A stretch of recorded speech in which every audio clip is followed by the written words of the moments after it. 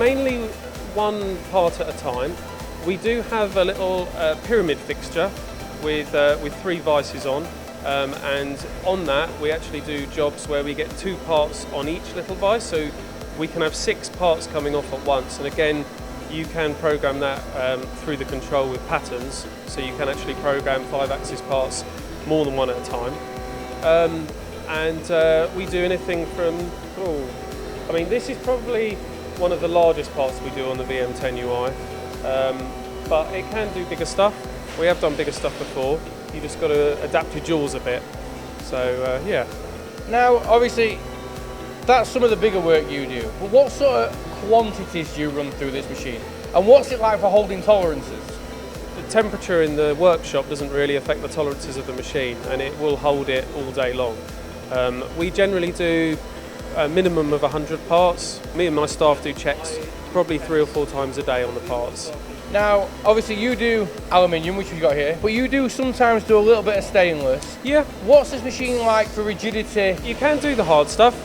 We do it. It really lends itself to high feed milling, and also the adapter path on the new Hurco controls. So it'll do full depth of cut, but small step overs, and you can do that very quickly, and it prefers that.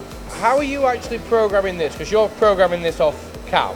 We use Autodesk products, feature cam mainly, yeah, we don't get any problems at all. Once the post-processor is tweaked a bit, it talks to each other very well, because this is ISNC compatible, so we don't have any problems there.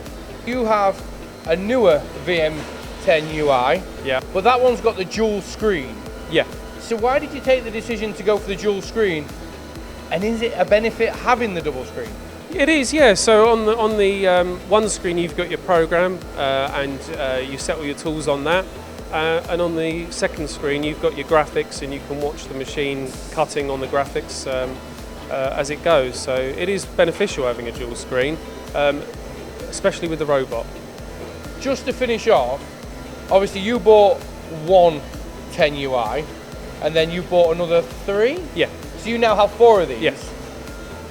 Why did you decide to keep with this size of machine and not go bigger? Because we have a fairly small workshop here, and we do hundreds and hundreds of different parts every month, really. So we needed to be able to run several different groups of parts all at the same time. So we figured the best way of doing that was to have several small 5-axis machines, and now with the introduction of a robot, you can actually queue different parts as well.